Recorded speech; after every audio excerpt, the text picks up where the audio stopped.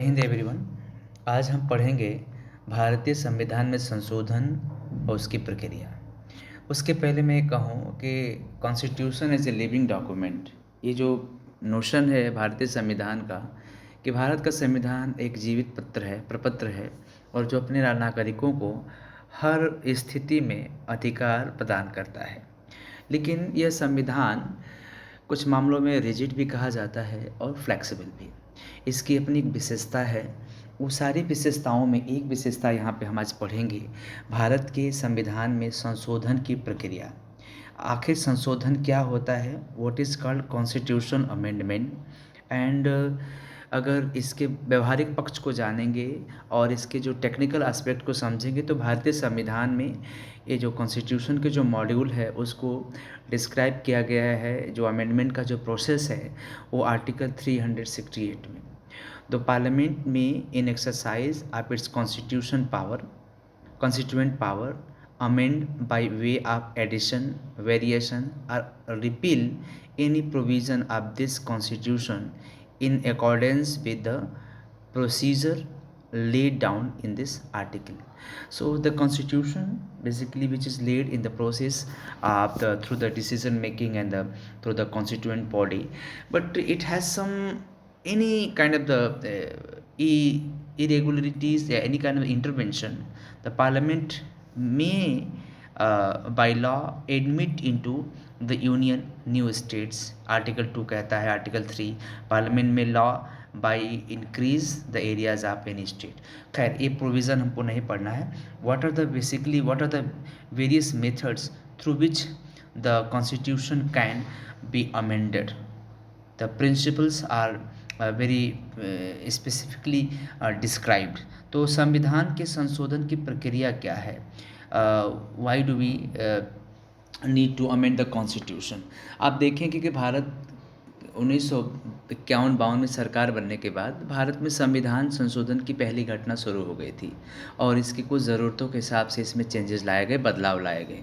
उन बदलावों में कुछ बदलाव ऐसे थे जो बिल्कुल अपरिहार्य थे, क्योंकि समय के साथ साथ सरकार संचालन और प्रशासनिक क्षमता को विकसित करने के लिए किसी प्रकार का अगर रोड़ा या किसी प्रकार का अगर अटकाव आता है तो उसको हटाने के लिए संविधान में ज़रूरत पड़ती है इसको चेंज करने की।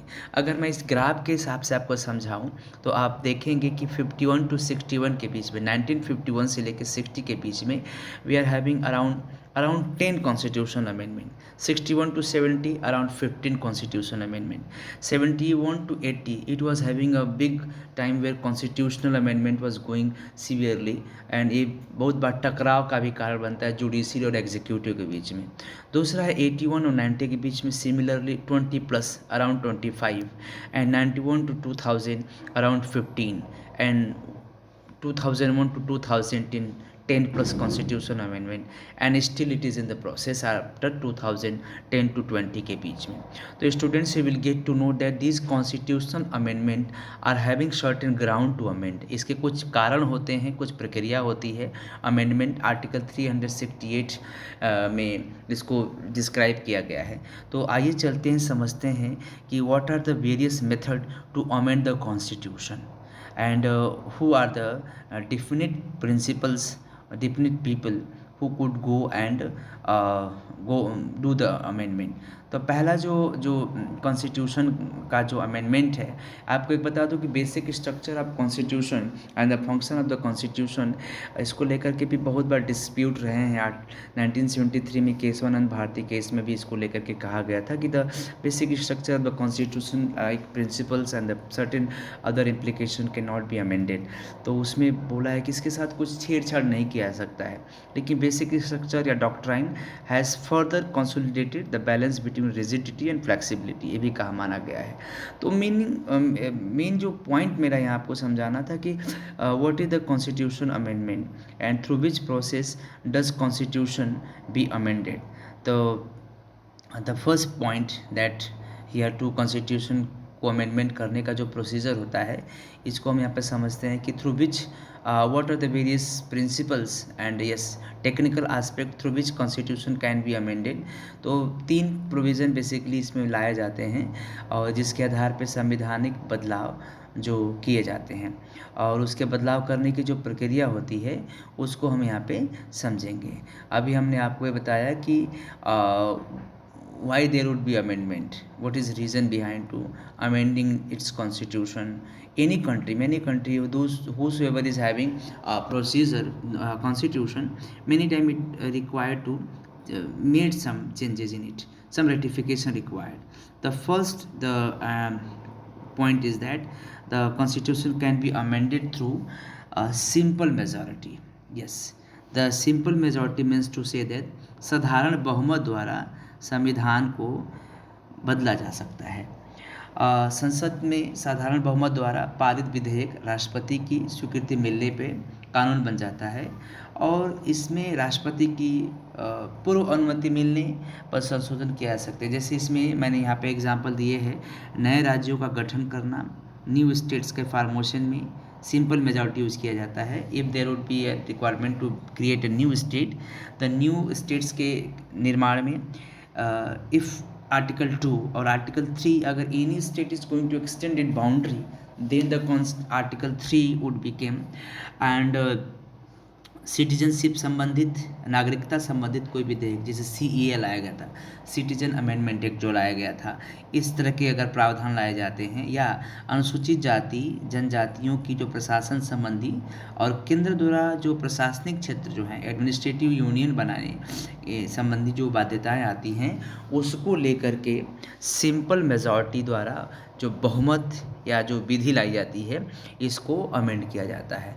The first way to amend the constitution is to simple majority.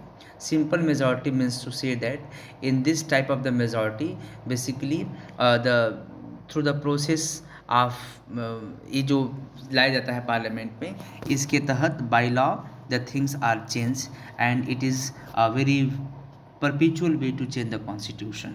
Okay, तो इसमें आपका लाया जाता है. तो पहला जो विधि है संविधान को अमेंड करने का, वो सिंपल मेजॉरिटी, और दूसरा आपका है विशेष बहुमत यानी स्पेशल मेजॉरिटी द्वारा. स्पेशल मेजॉरिटी समझते हैं यहाँ पे. स्पेशल मेजॉरिटी कहने का मतलब वो होता है कि स्पेशल मेजॉरिटी इसमें यू विल अंडरस्टैंड, आपने पिछले चैप्टर में पढ़ा होगा, लेकिन इसका मेन मकसद यही होता है कि यदि संसद के प्रत्येक सदन द्वारा कुल सदस्यों का बहुमत तथा उपस्थित जो भी उस दिन हाउस में मेंबर प्रेजेंट होते हैं, और उनके 2/3 जो मेंबर के मत यानी उनके डिसीजन से राष्ट्रपति की स्वीकृति मिलने पर वह संशोधन किया जाता है और कानून अंग बन जाता है. यानी if there is a 545 members are there and 273 majority है, but even 300 member are present at the time voting, तो अगर उसमें से 273 अगर होते हैं तो that could be becomes as a आपको क्या माना जाएगा, स्पेशल मेजॉरिटी. ठीक है, तो some time it member are exceeding in number, उसको भी मानते हैं. तो जो स्पेशल मेजॉरिटी के द्वारा भी इसको चेंज किया जाता है. इसका मेन मकसद होता है कि जैसे एग्जीक्यूटिव और जुडिशरी या कुछ शक्तियाँ जो विशिष्ट बातों को छोड़कर संविधान की अन्य सभी व्यवस्थाओं को इसी प्रक्रिया में संशोधन किया जाता है. तो if matter is related to the special consent and some executive, legislature, election commission, तो इस तरह से रिलेटेड मैटर को स्पेशल मेजॉरिटी द्वारा अमेंड किया जाता है संवैधानिक प्रक्रिया में. तीसरा है मेनी टाइम पार्लियामेंट के स्पेशल यानी विशेष सदन, पार्लियामेंट के एक विशेष एक बैठक में और विधानमंडल जो हैं यानी जो लेजिस्लेटिव असेंबली हैं, उनमें भी इसको आर्टिकल 54 जिसमें से कुछ स्पेसिफिक विषय जो दिए गए हैं राष्ट्रपति के इलेक्शन से रिलेटेड, उसके निर्वाचन की जो पद्धति है, संघ और उसकी जो एग्जीक्यूटिव पावर का अगर एक्सटेंड करना है, राज्यों की जो एग्जीक्यूटिव पावर है उसको एक्सटेंड करना है, यूनियन टेरिटरीज़ के लिए हाई कोर्ट देना हो, और जो संघीय न्यायालय यानी होता है जो फेडरल कोर्ट और high courts for states, and union and states के बीच में एक जो लेजिस्लेटिव रिलेशनशिप को अगर डेवलप करना हो, और साथ ही साथ किसी अनुसूची में बदलाव करना हो, and yeah, any amendments required to bring some changes in the module of the amendment in the constitution. So this time the another type of the amendment process taken out.